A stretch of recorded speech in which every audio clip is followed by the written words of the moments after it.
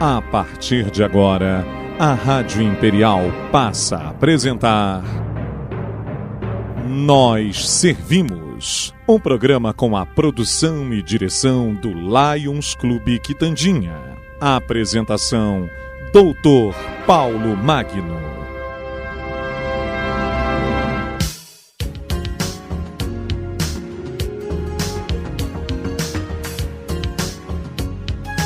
Bom dia, ouvintes da nossa Rádio Imperial. Aqui estamos mais uma vez com o nosso programa Nós Servimos, sob a chancela do Lions Clube Petrópolis Quitandinha. Hoje vamos dividir o nosso programa em dois blocos. A primeira entrevista é com Elizabeth Grabner e Marcos Carneiro sobre o projeto Portas Abertas da Igreja Luterana de Petrópolis. Bom dia, Elizabeth e Marcos. Bom dia, Dr. Paulo. Bom dia, ouvintes.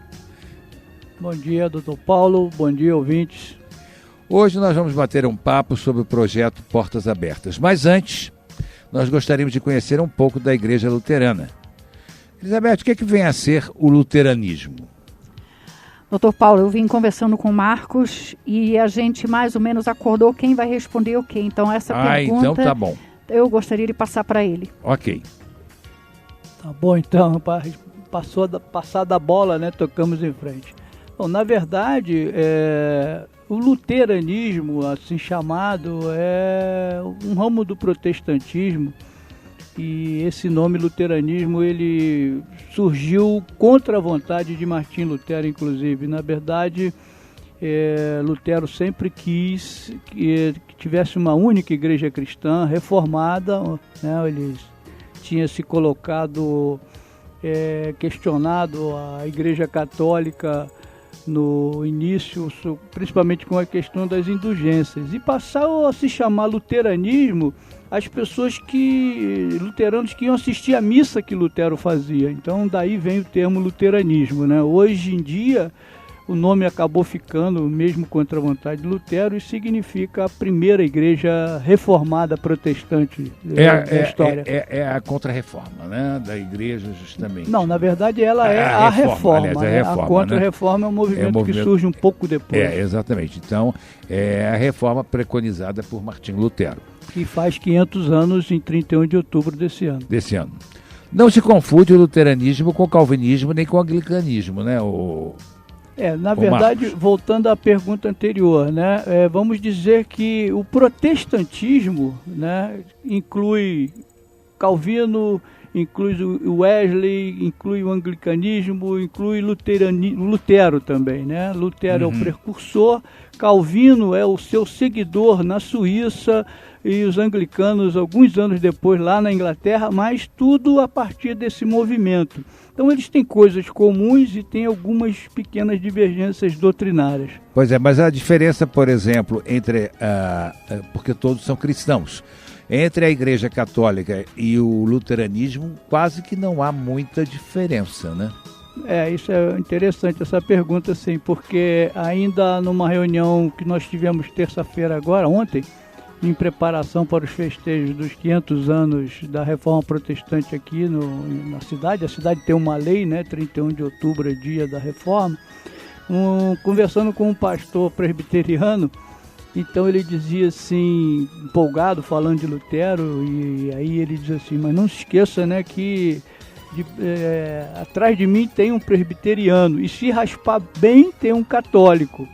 Porque, na verdade, é o seguinte, as divergências entre os reformados históricos, vamos assim dizer, onde inclui aí os metodistas, presbiteriano, batista e os luteranos, que seriam o que deu o pontapé inicial nesse movimento, não são muito grandes. Algumas coisas do culto católico, ou da missa, como eles chamam, foram excluídas do culto reformado.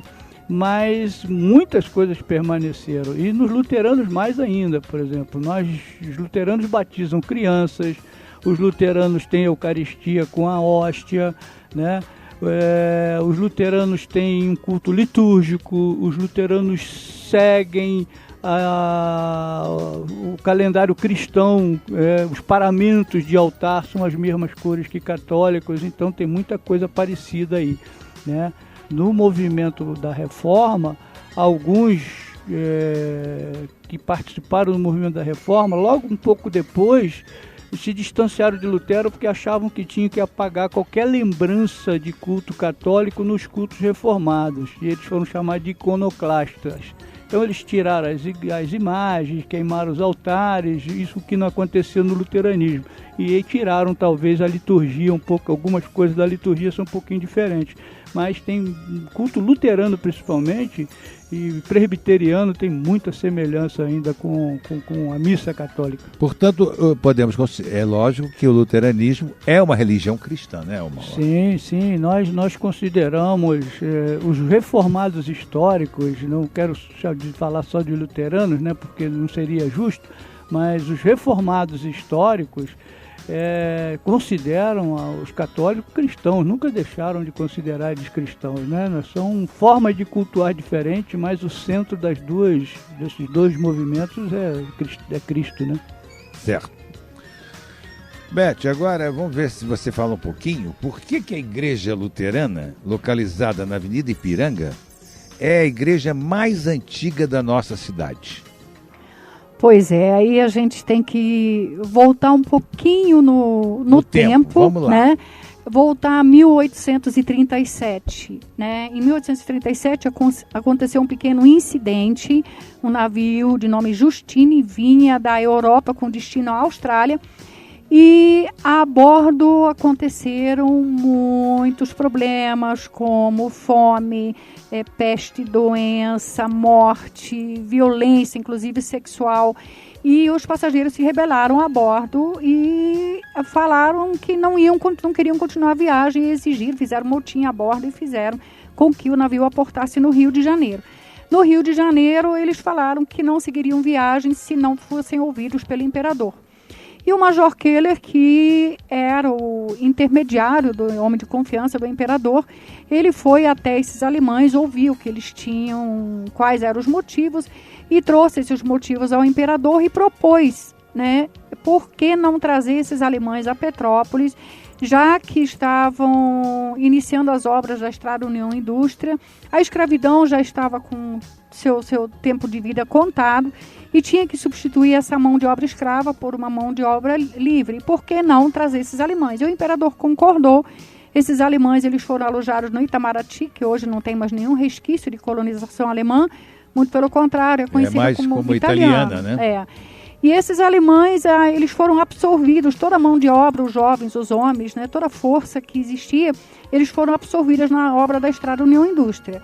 E bem sucedido, né, e desses primeiros colonos, nós temos o primeiro batizado na igreja luterana em 1837 ou 1838, uma coisa assim, de uma criança de sobrenome Klein, da colônia do Itamaraty. São poucos registros que existem, até a relação de passageiros não está disponível, foi de alguma forma perdida. Nesse sentido, a partir de 1837, mais ou menos 1942, 43, começou o movimento de migração, de emigração dos alemães na Alemanha. Os alemães estavam saindo porque não havia mais condições de permanecer na sua pátria. E eles não tinham objetivo, eu gostaria muito de ir para o Brasil. Não, qualquer lugar serviria. Né? Eles migravam para qualquer lugar que lhes desse uma oportunidade de vida melhor do que o que eles estavam tendo na Alemanha. E aí, mais uma vez, o Major Keller, sabendo desse movimento que estava acontecendo na Alemanha, e ele era de uma das cidades lá, a cidade de Mainz, Montgúncia, né, que é a cidade natal dele, está dentro dessa parte da onde vieram a maioria dos integrantes, a região do Hunsrück, que hoje é dentro da Renânia-Palatinado e estado de Hesse, naquela região.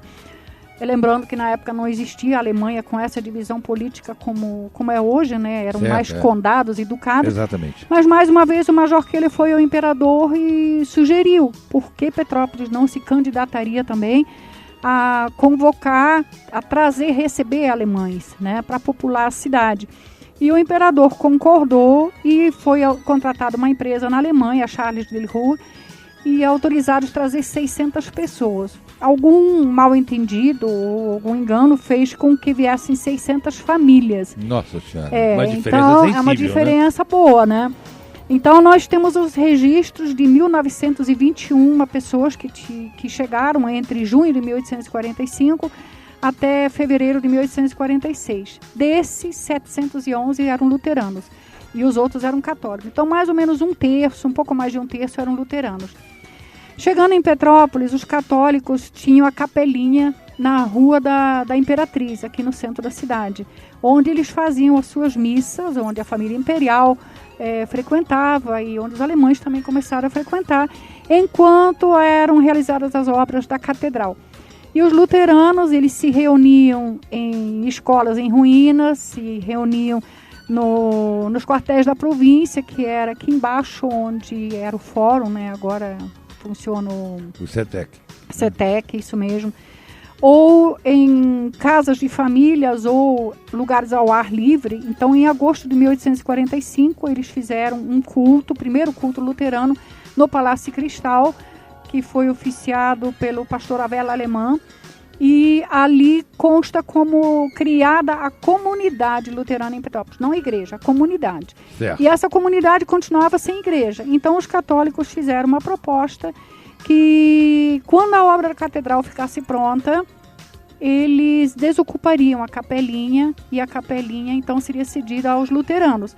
Só que as obras da catedral estavam indo devagar, de forma lenta, progredindo de forma lenta. Como é obra de igreja mesmo. Pois é. E nesse meio tempo, o imperador, a pedido do Major Keller, mais uma vez, comprou e ajudou com uma grande quantia na compra de um terreno para os luteranos construírem a sua igreja. E os luteranos, de posse do terreno, eles falaram assim: por que agora a gente tendo um terreno, a gente vai esperar até a catedral ficar pronta, até os católicos desocuparem a catedral? Por que nós não nos juntamos, né? Fazemos um mutirão, né? E aí começou. Um disse: eu dou a madeira, eu sou carpinteiro, eu sou marceneiro, eu dou prego, eu dou tijolo, eu dou... Enfim, em um ano eles levantaram a igreja, sendo que não... Pois nós vamos chegar lá já. Posso te interromper no Pode, instantinho? claro. Porque desde 45, quando Petrópolis passou a ter um efetivo de colonos, como você disse, alemães, como era professada a fé dos protestantes, eis que naquela época cerca de 700 alemães eram protestantes. Sim, Eles professavam aonde a religião deles nessa época? Então, é isso. Antes da igreja. Então, é isso que eu falei. Eles professavam, eles faziam seus cultos na casa de algum colono. De algum colono mesmo. Ou no lugar a céu aberto, como aconteceu no Palácio Cristal, ou nos quartéis da província, ou em escolas, porque eles não tinham um local.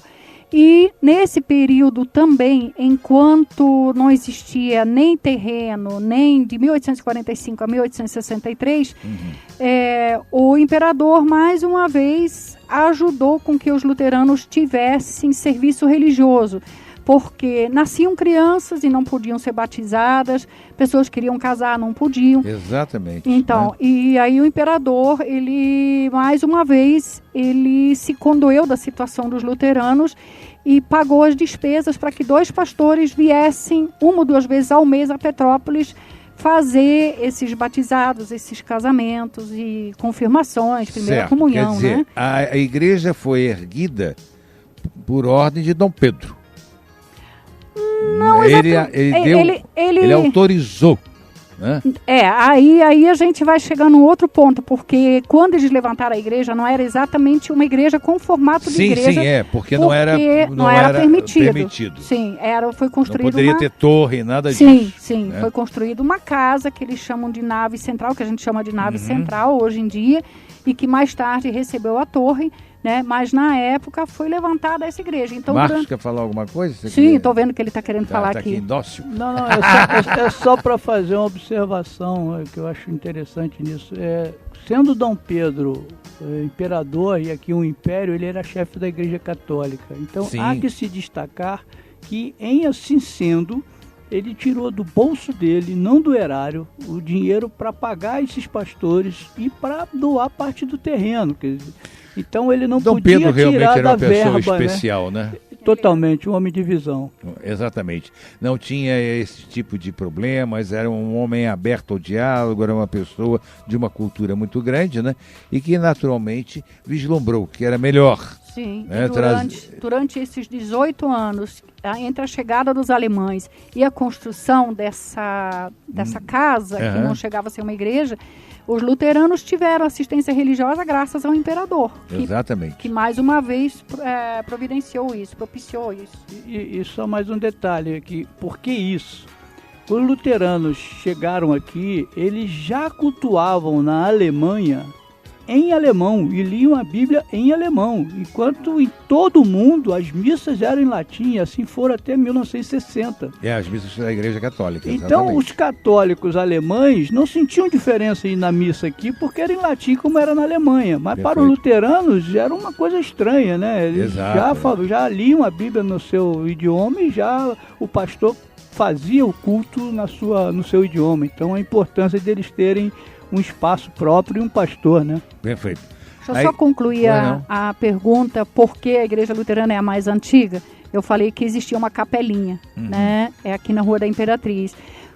Pelo fato dos luteranos não terem esperado a capelinha desocupar, a catedral ficar pronta, quando a capelinha foi desocupada, ela perdeu sua função, porque os luteranos já tinham a sua igreja e essa capelinha foi demolida. Certo. Então, com isso, a igreja luterana passou a ser mais antiga em Petrópolis. Perfeito. A igreja luterana, nos seus primórdios em Petrópolis, não era a que nós conhecemos hoje, né? Parece que só em 1900 é que foi lançada a pedra fundamental da torre. Sim, os trabalhos da proclamação da República, houve a liberalidade das diversas com religiões fim do Império, criarem seus templos. Aí começaram as obras da torre, e a torre ela foi inaugurada em 1903, né? 40 anos depois da inauguração do prédio, que foi em 1863. Então, 40 anos, isso funcionou sem nenhuma característica externa. Né? Tem fotos que nessa casa de oração, na frente, havia um afresco, uma rosa de Lutero, no alto, e um desenho de um castiçal e um copo de vinho, simbolizando, uma hóstia simbolizando a Santa Ceia, como nós a chamamos. Perfeito. E o delegado da cidade falou com o pastor, que na época era o pastor Strehler, irmão do professor Strehler, que é do Quarteirão Brasileiro, deu nome à rua, né? E falou com o pastor que ele tinha que tirar, porque senão ele iria preso. E ele dizem que alemão é teimoso, né? Ou dizem que teimoso é quem teima com alemão. O fato é que ele não tirou, mas fato também que ele permaneceu pouco tempo depois disso em Petrópolis, ele teve que ir embora, que a pressão foi grande. Mas ele manteve, ele não retirou. Então a única coisa externa que aquela construção tinha era esse desenho da Rosa de Lutero com o símbolo. Permanece. Sim. Não, depois, com a construção da torre, eles foram encobertos, né? Perfeito. O órgão de tubos, que foi adquirido em 1914, mas só chegou em Petrópolis em 1916. Como é que veio esse órgão para... Porque estávamos em plena guerra mundial, Sim, né? Sim, isso aí a gente até brinca lá, quando a gente olha para aquelas flautas lá daquele órgão, são flautas gigantescas que parecem ogivas nucleares, né? Eu fico pensando assim, o que será que esses homens da alfândega pensaram quando viram aquelas caixas com aquelas coisas lá dentro, vindo da Alemanha para o Brasil? Não foi à toa, porque esse órgão ele foi encomendado e chegou no Rio e desapareceu. E durante mais de 2 anos, os luteranos daqui tentavam trazer esse órgão para Petrópolis para instalar, e o órgão tinha desaparecido, apesar de toda a documentação da empresa da Walker na Alemanha, né, comprovando que o órgão tinha sido vendido para os luteranos tinham documentação, mas o órgão desapareceu. E no final no início de 1916, um presbítero viu num jornal que o órgão estava indo a leilão por falta de interesse dos luteranos, que não se dignaram a tirar o órgão, enfim. E aí os presbíteros daqui correram e se organizaram e chegaram lá e tiveram que pagar multa, tiveram que pagar pelo tempo que o órgão ficou guardado lá, e com isso ele foi instalado e inaugurado em maio de 1916. E em maio do ano passado nós tivemos um concerto de órgão muito bonito em Petrópolis, em comemoração ao centenário do órgão instalado. Elizabeth, na década de 1940 foi construída também a Casa Pastoral, né? Para que serve a Casa Pastoral? A Casa Pastoral é uma coisa curiosa que acontece lá, que normalmente os luteranos eles têm assim no mesmo terreno, tem a igreja, tem o asilo, tem a Casa Pastoral e tem a escola. Isso normalmente fica junto, né? Por alguma razão ali, num primeiro momento, o terreno que foi comprado foi construir a igreja e atrás da igreja o asilo. O Amparo das Senhoras, que hoje em dia não é mais, o Amparo não existe mais. O prédio agora pertence à Escola Crescer, que é alugada, a Escola Crescer ali do lado. Mas então, quando os luteranos foram construir a Casa Pastoral e a escola, provavelmente não tinha mais terreno à venda ao lado, porque o terreno foi comprado 2 ou 3 lotes abaixo, né? No início da Avenida Ipiranga. A igreja é número 346, a Casa Pastoral é 244. Então, a Casa Pastoral é exatamente isso, a casa é a residência do pastor. O pastor, a partir da hora que Petrópolis passou a ter um pastor fixo, ele passa a morar na casa com toda a sua família, né? E dentro da Casa Pastoral também tem a secretaria, onde é feito atendimento ao público, e também a reunião do presbitério, que é a diretoria, digamos assim, da igreja, né? Uhum. Lá tem um salão muito bom, que tem. Até nós já fizemos algumas atividades lá, sim, cedidas pelo pastor lá, é muito interessante. Esse salão também foi construído mais tarde, né? Uma construção mais nova, e bem na beira da rua mesmo tem a escola, que foi o educandário Júlio Frederico Keller, que funcionou como educandário até 1984. Em 84 foi desativado como educandário e passou a funcionar como pensionato de moças que vinham de outros estados para cursar a faculdade de medicina em Petrópolis, né? E hoje o pensionato também foi desativado. Hoje em dia funciona uma escola de balé e algumas, se eu não me engano, alguns consultórios médicos no andar de cima. Mas o prédio é tombado pelo IPHAN, né? E preservado, né? A Casa Pastoral hoje em dia a gente quase não vê mais da beira da rua, porque com a construção do salão na frente ela ficou bem escondida, né? Ficou atrás, né? Hoje em dia o IPHAN não deixaria fazer mais nada, né, Marcos? Não, o detalhe, em 1940 também o templo passou por uma reforma, onde foram instalados os vitrôs que estão lá até hoje, né, que embelezaram o templo, foram substituídos aqueles antigos que eram muito simples e feita alguma pequena adaptação onde tem o altar. Então a igreja sofreu também uma pequena mudança no seu interior, tornando-a mais bela, isso também em 1940. Certo. A igreja hoje tem quantos anos? Desde a fundação, 1863, tem que fazer as contas aí, né? 170 e alguma coisa, né? 180 anos. Né? Beleza, né? Uma maravilha, verdade, né? Nós vamos fazer um pequeno intervalo aqui e a gente volta já já. Estamos apresentando Nós Servimos, um programa do Lions Clube Quitandinha, e a apresentação de Dr. Paulo Magno. Estamos apresentando Nós Servimos, um programa do Lions Clube Quitandinha, e a apresentação de Dr. Paulo Magno.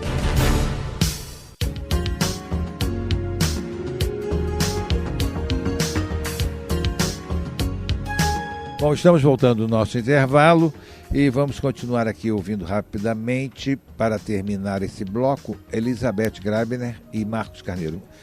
Quem é que vai me responder aí? O que vem a ser o projeto Portas Abertas? Marcos, o que visa esse projeto, Marcos? Bom, esse projeto surgiu de uma experiência que a igreja fez em 2015, de deixar a igreja aberta durante o aniversário da comunidade. E aí as pessoas que durante o mês de agosto foram visitar grande parte daqui da cidade, diziam com uma frequência muito grande: pô, mas até que enfim, eu moro 30 anos, eu moro 40 anos, passo aqui todo dia, nunca pude entrar nessa igreja. Que a igreja só abria os domingos, na realidade. Só abria o né? domingo para os cultos, às 9 horas da manhã.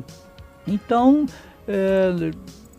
a igreja em si, mas por incentivo força que nós dois demos, né, incentivamos outras pessoas, por que não deixar a igreja aberta, pelo menos aos sábados, para visitação?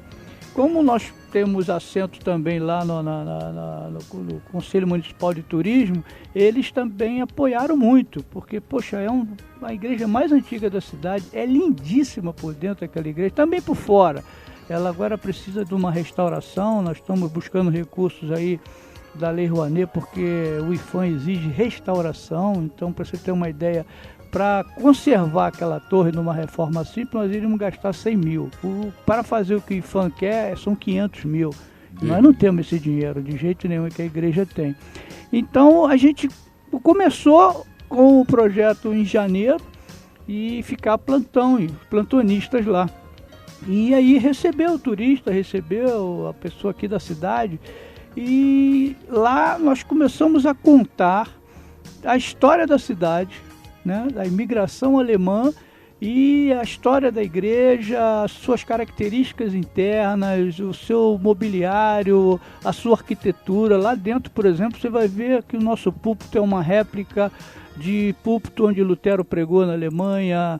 As luminárias são réplicas de igrejas que Lutero também pregou na Alemanha. Os bancos são os originais, o órgão maravilhoso que tem lá, tem uma placa em homenagem ao Sargento Benning. E à medida que a gente vai falando isso, a gente vai comentando, né, sobre a história e sobre por que aquilo está ali. E também, nessas explicações, nós falamos sobre a simbologia das coisas. Muitas pessoas se surpreendem ao ver o nosso batistério e dizem: pô, mas vocês batizam crianças? Sim, nós batizamos crianças e, além do mais, não rebatizamos nenhum cristão. Isso as pessoas se chamam a atenção, porque não é uma prática comum a todos os protestantes e muito menos aos ditos hoje evangélicos, né, que são essas igrejas de donos, que têm seus fundadores e tal. Então, lá está o batistério com a sua história, com o seu afresco que foi descoberto há uns anos atrás, que estava coberto por uma tinta. O Walter Berner foi lá e restaurou. Falamos do nosso altar, o significado da igreja sem o Cristo crucificado, enfim. E lá ao fundo, ao lado esquerdo do nosso altar, tem um museu com documentos. Tem a primeira Bíblia que chegou em Petrópolis com os imigrantes em 1845. Uma Bíblia em alemão gótico, na tradução de Lutero, com gravuras de Gustavo Doré. Tem uma miniatura da igreja, uma maquete. Tem a planta original da torre. Tem a galeria de todos os pastores que passaram por lá até hoje. E mais uma série de documentos raros, Bíblias, por exemplo, em alemão, Bíblias antigas, algumas que foram enterradas na Segunda Guerra para que não fossem tomadas e queimadas, porque pouca gente sabe que houve essa perseguição aos alemães, aos luteranos aqui em Petrópolis durante a Segunda Guerra Mundial.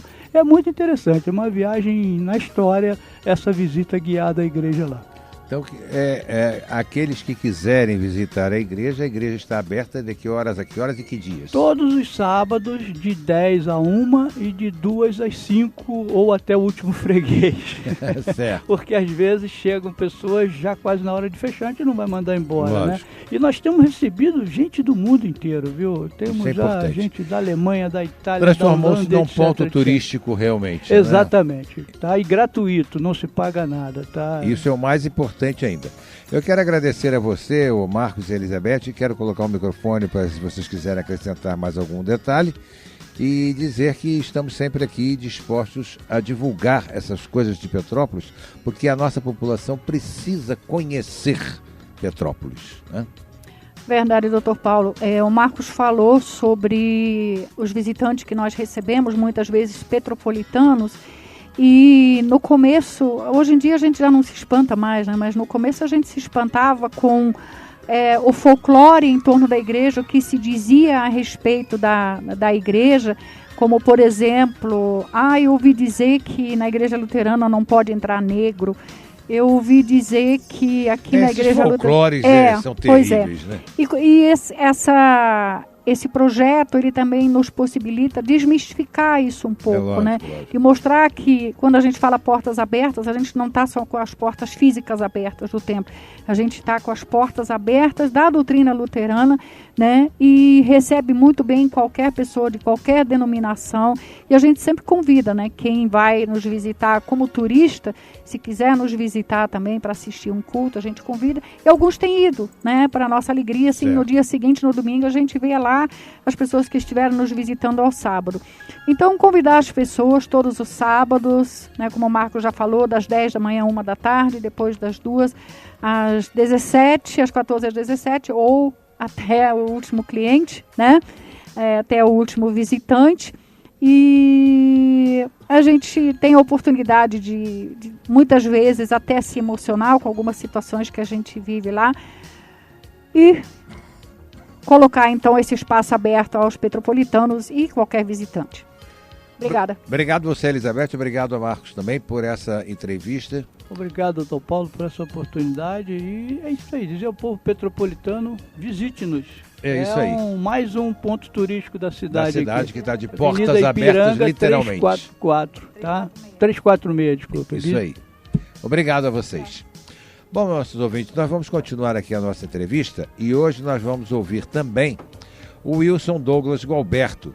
O Wilson vai vir falar sobre o SEBRAC.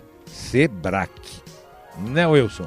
Bom dia, Wilson. Bom dia, telespectadores. Bom dia, Paulo. Ouvintes. Desculpa. Wilson, o que é o SEBRAC? O SEBRAC é o Centro Brasileiro de Cursos, né? O SEBRAC, ele foi fundado há 20 anos atrás, há mais de 20 anos atrás, com o intuito de qualificar as pessoas para o mercado de trabalho, né? Ou seja, né, cumprindo a nossa missão, desenvolver o potencial das pessoas e devolvê-las para o mercado de trabalho, né? Aquele profissional qualificado. Certo. Como funciona a agência de empregos do SEBRAC em nossa cidade? A agência de empregos do SEBRAC, ela foi criada estrategicamente, né? Nós sabemos que hoje a maior dificuldade que as empresas têm, né, às vezes elas têm um banco de dados, de currículos muito grande, porém elas não têm um tempo hábil para poder fazer os processos. Para poder analisar o processo seletivo. Isso, né? O processo seletivo. E a agência, ela veio para ajudar as empresas a ter essa agilidade justamente nesse processo. Isso tudo de uma forma gratuita, além também de ajudar as pessoas a se qualificarem e se colocarem no mercado de trabalho, né? Ok. Esse trabalho do SEBRAC é dirigido a quem especificamente? O trabalho do SEBRAC, ele é dirigido a todas as pessoas, né? A comunidade petropolitana. Tem limite de idade, alguma Sim, coisa? A agência ela trabalha com um público acima de 16 anos, né? Porque a gente sabe que existe uma série de legislação, né, uma legislação Sim, relativa lógico. a isso. Só para trabalhar a né? carteira assinada após os 16 anos. Então nós trabalhamos com essa faixa etária, oferecendo muitas vezes estágios, né? Assim, dependendo da demanda que a empresa traz para a gente, né? Certo. Quer dizer que o SEBRAC coloca gratuitamente esse serviço à disposição da comunidade e de empresas parceiras? Isso, também. Como isso é feito? As empresas parceiras, elas têm duas formas de serem nossas parceiras. O que é necessário primeiro, vamos colocar assim, para ser uma empresa parceira do SEBRAC? Primeiro, ela está disposta a trabalhar com a gente em parceria, ou seja, em algumas vezes, né, como nós temos alunos também, a gente faz visitas técnicas e essa empresa oferece, às vezes, só o espaço dela para a gente conhecer como é essa empresa. Outra forma que a gente coloca como parceria é a questão do nosso site, né? A empresa, às vezes, ela não precisa estar lá no SEBRAC fisicamente para ser uma empresa parceira. Ela pode, através do nosso site, oferecer as suas vagas de empregos e a gente fazer a triagem através do nosso sistema, que é um sistema gratuito também que a gente coloca à disposição das empresas. Ou Em outros casos, a gente vai até a empresa, apresenta o nosso projeto, como que a gente pode desenvolver essa parceria e a partir daí a gente discute, né, o que o Sebrae pode ajudar a empresa, na verdade, né? Certo. A saída da empresa é vocês que escolhem ou a empresa pode chamar vocês? A empresa pode chamar também. Né? Ou então, se a empresa quiser, né, também conhecer, a gente sempre chama a empresa para conhecer a nossa estrutura e conhecer o que a gente pode oferecer também dentro dessa realidade. Certo. Esse trabalho exercido pelo Sebrae é, portanto, parte de uma responsabilidade social que deve caracterizar as empresas. É isso? É isso mesmo. Né? O Sebrae, ele, se você olhar até pelos prêmios que você o Sebrae pode falar tem, algo sobre responsabilidade social para as pessoas poderem entender isso? Por exemplo, o Sebrae, ele é uma franquia de cursos. Isso a gente oferece cursos, né, que são pagos. Mas dentro dessa cultura, né, dentro dos cursos, o aluno passa a viver experiências de responsabilidade social. O que são essas experiências? Essas experiências são muitas vezes projetos que a gente coloca. Ou seja, né, a gente chama isso de projetos ecológicos, projetos em que a gente faz uma doação, por exemplo, de uma cadeira de rodas, né, mas tudo isso voltado para a nossa comunidade. Por exemplo, a gente tem o Eco Cadeira Solidária. O que é o Eco Cadeira Solidária? Os alunos, né, junto com a escola, junto o ano todo, materiais recicláveis, vendem e compram uma cadeira de rodas e doam para uma pessoa que precisa. Perfeito. Então é uma forma também da gente colocar para as pessoas, né, formar o cidadão também responsável também pela sua sociedade, pelo meio em que vive. É lógico, todos nós temos que ser responsáveis pelo nosso meio ambiente, pelo local em que a gente vive, para que a gente possa encontrar realmente o objetivo principal da responsabilidade social. Quais os projetos sociais que o Sebrae mantém atualmente? Os projetos, eles estão muito voltados para as aulas que nós colocamos, né? Então, nós temos aí o Eco Cadeira Solidária, nós temos assim o Eco Pedágio, que é um programa em que a escola se movimenta, faz um pedágio distribuindo mudas de árvores para as pessoas na rua. Nós temos a Eco Caminhada, que é uma caminhada de conscientização em relação ao meio ambiente, em relação também à saúde também das pessoas, né? E dentre outros projetos que a gente abraça, né, dentro da realidade da franquia, né, da nossa franquia. Certo. Wilson, o Sebrae também mantém cursos de qualificação, né? Sim. Quais são esses cursos assim? Existem dois tipos de qualificação. Alguns cursos de qualificação, que a gente chama de QI, são gratuitos, são abertos à comunidade, né? Então, aquelas pessoas nos procuram por uma qualificação imediata que a gente coloca, né? Então, a gente trabalha dentro de coisas que as empresas necessitam, né? Certo. E que a pessoa também vai utilizá-la na vida e no mercado de trabalho, na vida profissional. Tá. Como participar desses cursos de qualificação? Os cursos de qualificação, geralmente, lá no Sebrae, né, quando vem para a agência, nós encaminhamos para o setor responsável pela qualificação, tá? Existem, né, algumas propostas que são pagas, né, são cursos já completos, né, e existem essas propostas da qualificação. Você pode conhecer, né, o QI através do site do Sebrae, né, www.sebrae.com.br. Repete devagar aí para o pessoal anotar. www.sebrae.com.br. Esse Sebrae se escreve C-E-B-R-A-C. Isso mesmo. Sebrae. Ele pode se inscrever através do site, ele pode também pelo Facebook, né, que nós temos um Facebook, Sebrae Petrópolis, também entrar na nossa página e se identificar e demonstrar o interesse através dessa página, ou dentro do Facebook mesmo ele tem também, ele vai ser direcionado a essa questão da qualificação imediata, né, que a gente coloca, né? Onde é o Sebrae? Como as pessoas podem entrar em contato, nós já falamos aí, mas aonde é o Sebrae em Petrópolis? O Sebrae fica na rua Nilo Peçanha, número 44. Nilo Peçanha. É ali atrás do Teatro Municipal. Isso. Né? Aquela rua que liga ali o museu praticamente, a Praça dos Expedicionários, até a Barão de Tefé. Isso, nós estamos ali entre o museu e a gente diz que as Casas Bahias também é uma referência que a gente tem. Então nós ficamos ali, nós atendemos aí de segunda a sexta, né, o horário comercial, durante a semana, né, de 9 às 20 horas, e aos sábados de 9 até às 17 horas. Né? A agência em específico, ela tem alguns horários, ela não funciona no decorrer do dia todo. Existem algumas formas que você tem de entrar em contato pela agência. Né? Então, você tem uma forma que é o WhatsApp, que é agendar uma visita para orientação profissional. Então, qual é o WhatsApp? É o 99880 9001. 98 80